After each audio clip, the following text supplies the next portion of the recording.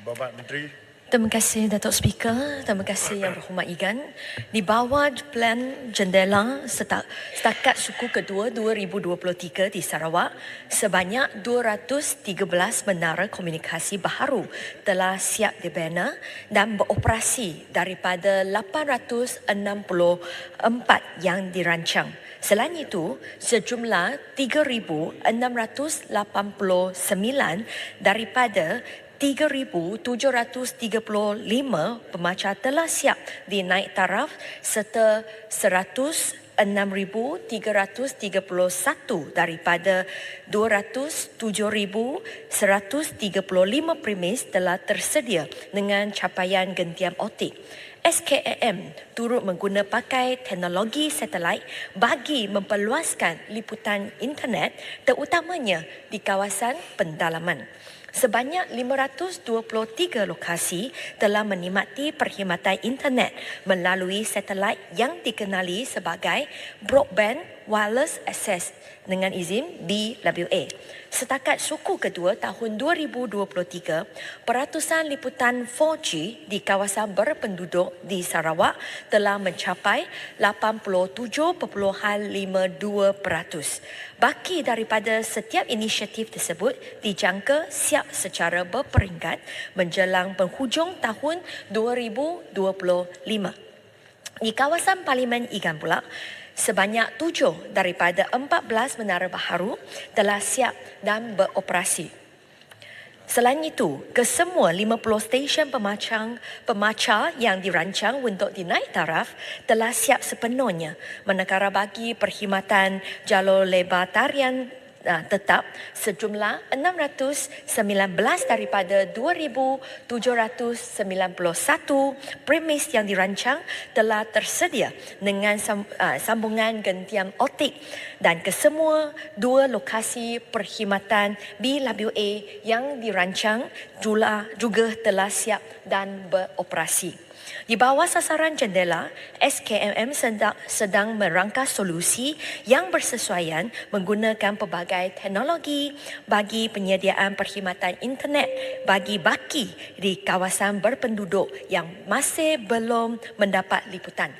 Terdapat pelbagai kekangan yang dihadapi oleh SKMM serta penyedia perkhidmatan komunikasi di dalam melaksanakan inisiatif perluasan liputan internet di kawasan pendalaman. Antaranya adalah faktor taburan penduduk yang berselerak dengan kepadatan penduduk yang rendah, akses melalui sungai dan jalan yang tidak boleh dilalui jentera berat, serta kawasan-kawasan di mana tiada bekalan elektrik tetap tersedia bagi kegunaan menara komunikasi. Sekian jawapan saya. Terima kasih Datuk Yang di-Pertua.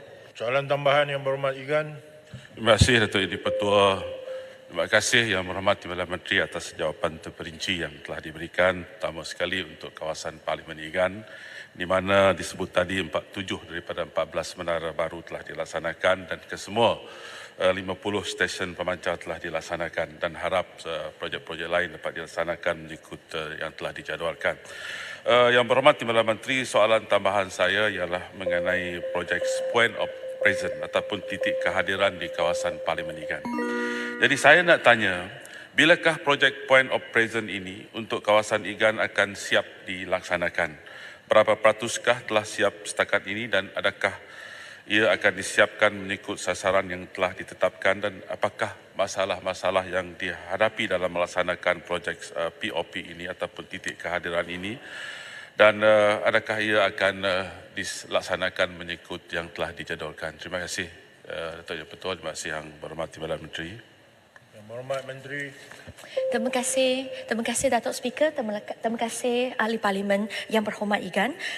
Untuklah projek Point of Presence, untuk maklumat Datuk Speaker dan juga ahli yang berhormat, untuk Point of Presence fasa 1 melibatkan 60 projek di seluruh Sarawak, 2 projek di kawasan Parlimen Igan dan semua itu sudah dilaksanakan, sudah siap, sudah komplit. Bagi fasa 2, untuk seluruh Sarawak, projek yang keseluruhannya adalah 681 site dan setakat ini yang siap adalah yang bakinya tarikh siap pelaksanaan adalah 31 Oktober 2025 secara berperingkat. Untuk kawasan Parlimen Igan, 16 projek telah disenaraikan dan mengikutlah kontraktor, mereka percaya bahawa dalam tahun ini mereka dapatlah menyiapkan beberapa projek untuk kawasan Parlimen Igan. Tetapi seperti yang saya sebut, secara keseluruhan 681 site untuklah program POP, ia akanlah dilaksanakan secara berperingkat. Ada sebahagian akanlah dapat dilaksanakan lebih kurang 10% dapatlah disiapkan pada tahun ini, 50% pada tahun yang akan datang dan 40% dijangkalah dapat siap pada tahun 2025. Sekian jawapan saya. Terima Yang kasih. Berhormat Beluran. Terima kasih Yang Berhormat Yang di-Pertua.